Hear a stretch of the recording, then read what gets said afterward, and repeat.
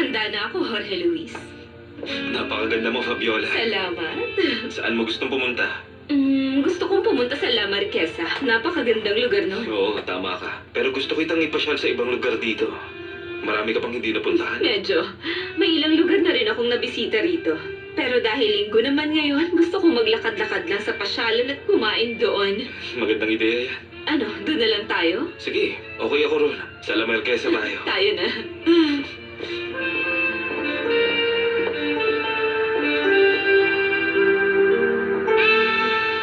Paalis na sila.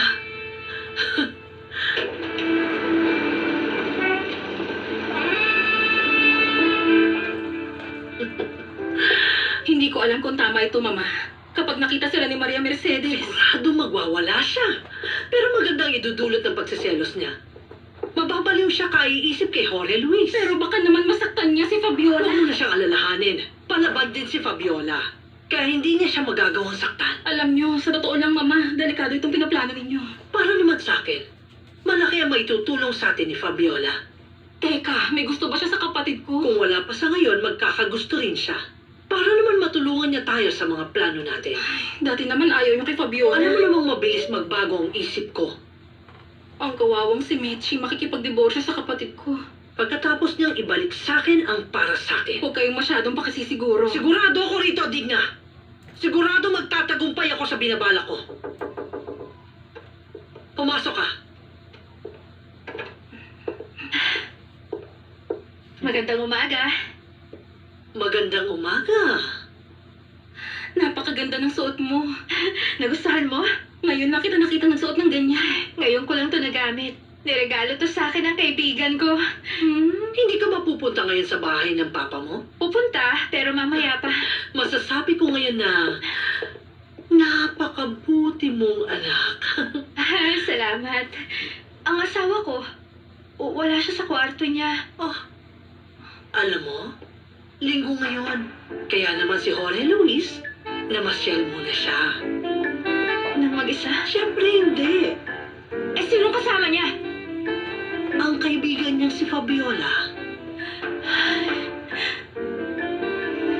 Kumalma ka lang, Mechi. Maging mahinahon ka lang palagi. Kumalma ka lang. Mechi, tandaan mong bisita siya ng asawa mo kaya hindi siya makatatanggi rito. Hindi! Hindi naman ako galit eh. Saka, nabanggit ito sa akin ni Jorge Luis kagabi. Ano sinabi niya?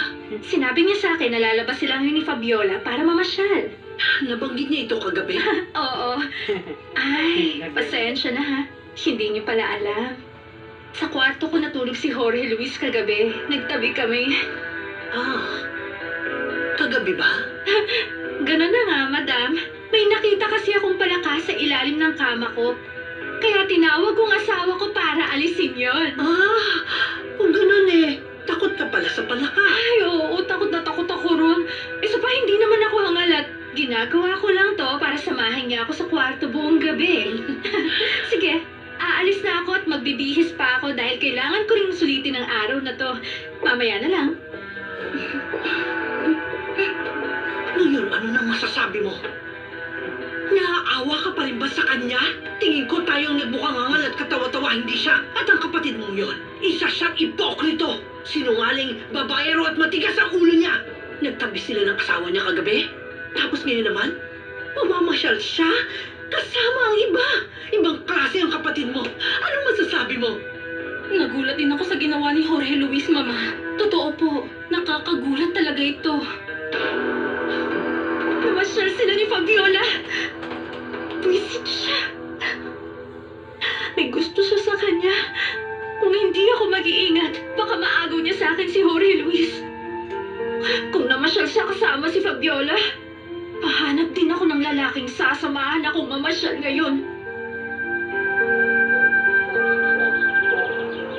Tinuring mo akong basahan at ako'y tatapon mo na lang.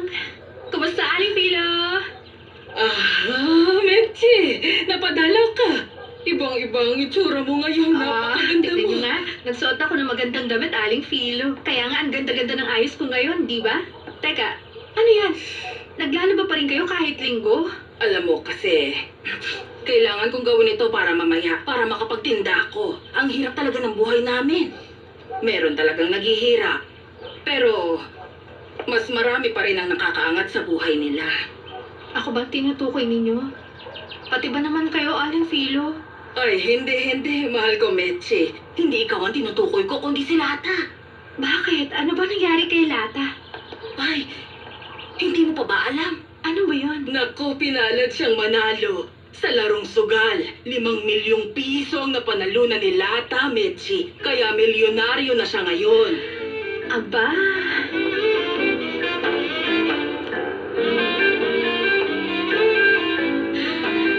tama si Lata.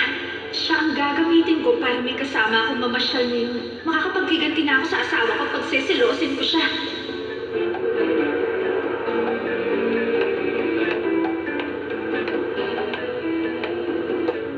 Kumusta, Lata?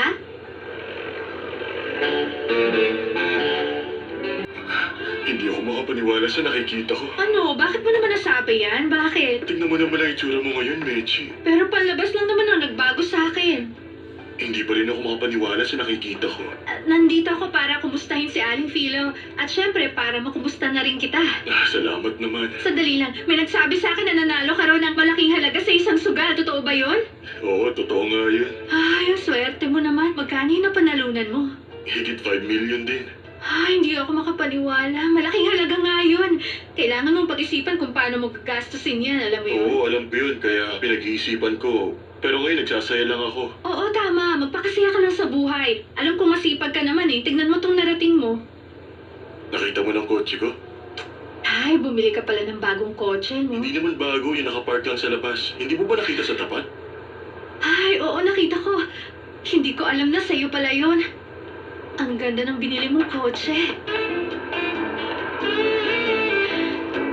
Wow, pagmayaman yung kotse niya.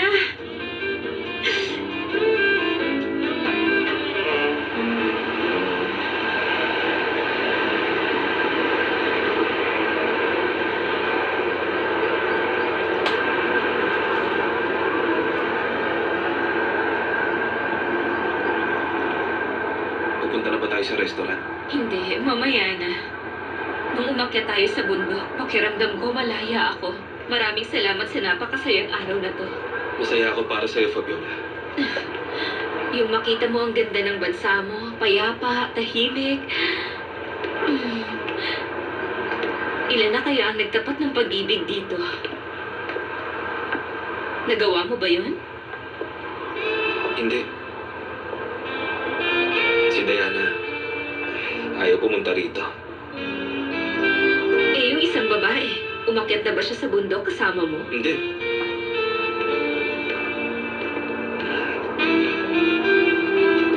Mahal mo ba siya, Jorge Luis?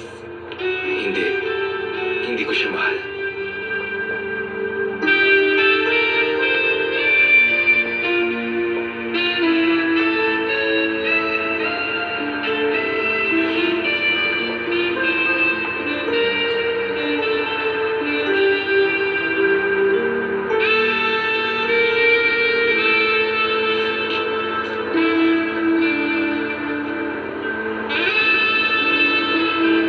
Ay, talaga sa'yo yan. Ang ganda ng kotse mo, Lata. Mas maganda kung sasakyan mo. Ha? Ano? Sasakyan ko? Oo, gusto mo, manihuhin mo pa. Hindi na. Hindi ako marunong magmaneho. Ako marunong ako magmaneho. Kaya kitang dalhin kahit saan mo gusto. Linggo naman ngayon, maaga ako magsasara. Oo, hindi na. Wag na lang. Ano ba? Tayo na. Hindi. Ayoko talaga. Natatakot ka ba, Mechi? Hindi ako natatakot. Hindi naman pala eh. Payag ka na. Sige, pumapayag na ako, Lata. Sasakay ako sa kotse mo. Isasarado ko lang ang tindahan tapos aalis na O tayo. sige, maghihintay lang ako dito.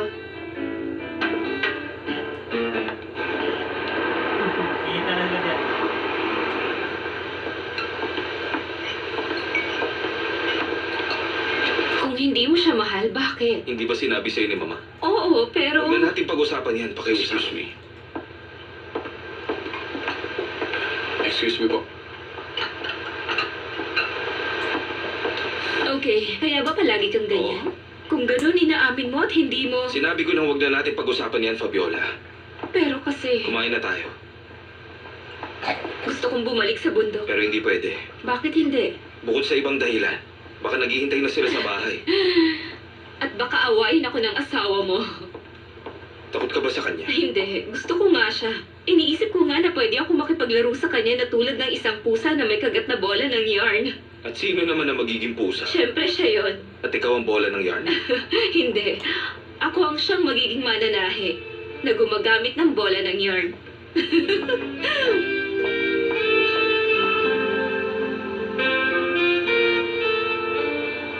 Nakahanda na ako. Tayo na, Mechi. Teka, sandali lang pala, Lata. Pwede bang mag-usap muna tayo rito?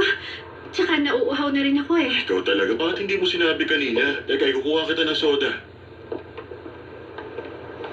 Siya nga pala. May tatanong ako. Totoo ba na kasal ka na? Oo, tama ka. Masaya ka ba? Marami kasi ako nababalitaan na. Mga chismis lang yun. Alam mo naman na may kaibigan ka na mabait at maniligaw na tulad ko. Salamat, Lata. Alam mo ba, mas gumaganda ka ngayon. Kailangan ko nang umalis. Tayo na. Hindi na. Hindi na ba tayo mamamasyal? Hindi, huwag na muna ngayon, Lata. Sa ibang araw na lang siguro. Bakit biglang nagbago ang isip mo? Huwag mo na lang tanungin kung bakit. Aalis na ako. Teka, sandali lang. Sabihin mo naman sa akin kung saan ka O nakatira. sige. Meron akong 2 bahay ngayon. Yung isa sa akin, yung isa sa papa ko. Saan dun sa 2? Doon na lang sa papa mo. Sa tingin ko, hindi mo gustong bisitahin kita sa bahay ng asawa mo. Pwede naman, no? Yung mga babae niyang kaibigan bumibisita sa kanya. Kaya pwede. Pero iba naman ako, Hindi, Mechi. hindi iba yun. Parehas lang yun. Baka iniisip mo natatakot lang ako, ha? Hindi naman sa Kung gusto mo ganun. akong bisitahin, laging bukas ang pinto ko sa'yo, Lata. Basta sabihin mo lang sa lahat ng taga sa atin na totoo yun. Sabihin mo na kasal na ako. At meron akong malaking bahay. Pero ikaw lang mag-isa. Hindi. Kasama ko sa bahay ang biyanan ko. At ang kapatid ng asawa ko. Pero hindi na yun importante. Ang mahalaga, kung nagagawa niya, hindi yun pwedeng ipagbawal sa lahat, di ba, Lata? Anong ibig mong sabihin? Kung pwede siyang tumanggap ng bisita, dapat ako rin pwede, hindi ba? Sige, kung wala namang problema, masaya akong bisitahin ka minsan. Pahingin papel, isusulat ko ang address.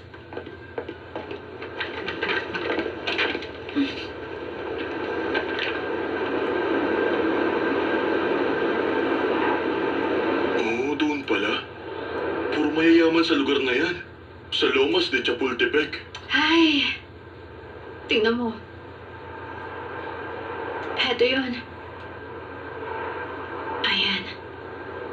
Itago mo to. Sabihin mo kaibigan ka ni Mechi. Ayaw mo pa talaga ipagmaneho kita? O sige na nga. Pumapayag na ako. Bilisan mo na, dali. Oo, ito na. Bilis Sige. tayo na. May nagbibigay ng payo sa kanya, Digna. Sana lang hindi yung lalaking yon. Hindi naman siguro, Mama. Malay mo, malaki na ang ipinagbago niya. Sa tingin niyo ba gagawin niya yon? Bakit hindi? Masyado mabait si Jorge Luis sa kanya. Hindi ako magugulat kung meron silang kasunduan. Pero hindi naman niya alam na umalis si Jorge Luis. Malay mo, nagkukunwari lang siya. Ay, ano ba, Mama? Kung hindi man ako masisiraan ng ulo sa mga oras na ito, yun ay dahil sa matibay ang utak ko. Ano na pong mangyayari ngayon? Yun lang ang iniisip ko ngayon. Kung ano na mangyayari sa bahay na ito. Kahihiyan yun. Isang malaking kahihiyan.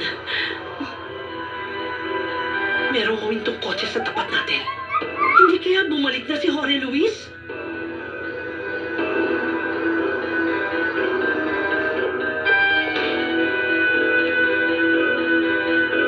Totoo ba ito? Dito ka nakatira. Haha, bakit? Ano ba nasa isip mo? Ano ba yun, Mama? Halika dito na makita mo. Hindi pwede. Imposible. May kasama siyang ibang lalaki. Maganda ang bahay nito, Mitch. Oo, maganda nga, Lata. Oo, isang malaking mansyon. Ang kalahati nito pag-aari ko. Ibig mong sabihin sa asawa Hindi. Sa akin mismo to. Bahay mo ito? Ipaliwanag mo nga. Ang totoo, ipinamana to sa akin. Sino naman nagpamana? Ay, edi yung may-ari nito na si Santiago. Yung lalaking una kong pinakasalan. Kung ganito totoo pa lang sinasabi nila. Lahat naman ang sinasabi nila kasi nungalingan lang Pero eh. ikaw na mismo ang Teka, nagsabi. alam mo kasi, Ay, ang hirap sa kanila. Sasabihin lang nila kung anong gusto nilang sabihin. Naiintindihan mo ba ako? Hindi ko naintindihan. Wala ni isa. Ay, ganito na lang. Bisitahin mo ulit ako sa ibang araw. Para mas mahabang oras natin. Sasabihin ko sa'yo lahat. Talaga? Pwede kitang bisitahin dito? Oo naman, pwedeng-pwede. Sige, ikaw may sabi niyan, ha? Oo nga, pumunta ka na lang kung kailan mo gusto. Pumunta ka rin sa bahay ng papa ko, ha? Hindi talaga ako makapaniwala, Ay, Mechi. mabuti ka talagang kaibigan, Lata. Sa tingin mo ba makakalimutan ko ang mga tulong mo sa akin nung wala pa kaming makain? Baliwala lang naman yun, Mechi. Hindi yun baliwala. Hindi ko makakalimutan yun, Lata. Kung hindi ko to nakita, baka hindi pa ako maniwala. Pero bulag ako. Isa siyang babaeng asal kali. Gusto kong makita ang reaksyon ni Jorge Luis kapag nalaman niyang may ibang lalaki ang asawa niya. Ay, Baliwala yun, Mechi. ngayon alam mo na, kung may libre kang oras, turuan mo ako mag-drive, Kung yun ang gusto mo, tuturuan kita. Ay, At saan ka naman kukuha ng sasakyan para matuto mag-drive? ay, ano? Kung gusto ko, kaya kong bumili ng sasakyan bukas na bukas din. Talaga? Ay, oo naman, no? Bumili ka na. Matuwa ka sa mga biyaya sa'yo. Galit ka? Hindi. Sige, makakaasa ka sa akin. Tuturuan kita magmaneho. Salamat. Magandang gabi, Lata. Hindi ba tayo mag-shake hands? Oo nga pala, no? At alam mo, Mechi, ako pa rin ang dating Lata. At hindi yun magbabago. Sasabihin niyo po ba sa kapatid ko? Pero kasama niya po ngayon si Siya na Fabiola. ang bahalang gumawa ng paraan para maayos ang sitwasyon, Digna. Hindi ko maintindihan. Dahil wala ka kasing utak. Malinaw naman. Kung may sangkot na ibang lalaki, mahihirapan tayong kontrolin siya. Pero si Jorge Luis... Walang magagawa ang kapatid mo. Akong bahala. At makikinig siya sa akin. Tulungan niyo po kami, Panginoon ko. Tulungan niyo po kami.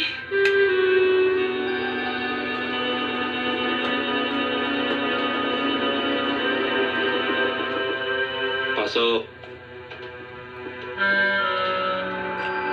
Kumusta ka, anak? Hindi mo ba kinakwento yung nangyari sa lakad niyo? Ano, masaya ba? Mas nagsaya si Fabiola. Lahat bago sa kanya. Ganon din naman si Maria Mercedes. Hindi niya pa narating ang lugar na yun. Bakit hindi mo siya dalhin sa lugar na yon? Ano? Bago pa iba ang gumawa nun, sa kanya. Gusto niyo ba ako magselos, Mama? Pinapaalala ko lang, wala pa sa atin ang special power of attorney mula sa kanya. Alam niyo naman na hindi ganun kadali yun. Pero tumatakbo ang oras. Anong gusto niyong gawin ko, Mama? Matinding sakripisyo, Jorge Luis. Isipin mo na kapag wala na siya rito, mapapasatin ang lahat ng gusto natin. Akala niyo ba ganun yun kadali? Hindi ganon Tama kahirap. kayo, mahirap. At kailangan doon ng buong tapang para sabihin sa babaeng mahal ka na pirmahan ng papel at ilipat sa akin ang lahat para kunyari siya nun ninakawan. Sinasabi mo bang mahal ka niya? Oo, ganun nga. Mahal niya ako, Mama. Huwag kang pakasisiguro doon. Anong ibig niyo sabihin? Ang asawa mo, umuwi siya rito na may kasamang ibang lalaki. Sigurado kayo, Mama? Nakita ko sila. Nag-uusap sila sa hardin. Magkahawak ng kamay at para bang ayaw bitiwan ng isa't isa. Oo, tama ang narinig mo. May lalaki siya. At tingin ko mahal siya nito. Handa na po ang hapunan, Mang Manuel. Ano oras na, Candy? Alas 8 na po. Nasaan na si Rosario? Nasa trabaho pa po siguro. Pero linggo ngayon. Opo, pero alam niyo naman na sa construction companies, maraming ginagawang trabaho. Totoo yan. Marami ang pinapagawa ang boss ni Rosario sa kanya. Sinabi niya sa akin. Hindi pa po ba tayo kakain? Halina kayo, Mang Manuel. Hindi. Hihintayin ko si Pero Rosario. anong oras na po? Kaya nga gusto kong magkaroon ng telepono rito sa bahay para tatawag lang si Rosario kung sakali may nangyari sa kanya. Sabi ni Mechi, malapit na tayong makabitan dito. Sandali lang, Candy. Pumunta ka kaya sa kanto at tawagan mo si Rosario. Hindi, sigurado kong nagtatrabaho siya. Kumain na po kayo, Mang Manuel. Alam niyo, hindi kayo pwedeng malipasan ng gutom. Baka managinip kayo ng masama. Sige na nga, Candy. Alam mo, ayokong kumain mag-isa. Sa tingin ko, malapit na ako mamatay, Candy. Huwag niyo pong sabihin ang bagay na yan. Oo, natural lang yun, pero ngayon napag-iisip-isip ko na kung gaano kahalaga ang panganay ko. Opo, maswerte nga si Mechi. Sana bigyan siya ng kasiyahan ng Panginoon. Isipin niyo na lang, kunwari anak niyo ko. Oo, tama ka. Tama ka. Narinig kong napakaganda raw ng Mexico City. Oo, malaki at maganda. Tama ka, Fabiola. Sana ay maipakita sa aking lahat ni Jorge Luis. Napakasarap niyang makasama. Hindi ko sinasabi to dahil kapatid ko siya, pero mabait nga siya. Ang problema lang ay yung asawa niya. Ano? Problema? Oo, hindi siya papayagang kasama ako. Oo, sinabi sa akin yun ni Mama Malvina. Hindi nga ba terrible yun? Hindi talaga patas ang mundong ito. At syempre, tama ang iyong mama sa mga bagay na ito. Sa tingin mo, tama siya? Sino bang hindi? Oo, pero sigurado. Ang batas at katarungan ay nasa panig ni Mama Malvina at Jorge Luis. Oo, pero gusto Dapat kang umayon sa gusto ng mas nakararami. Na ang babaeng yon ay dapat pumirma sa agreement. Kailangan natin mag-usap ngayon. Maria!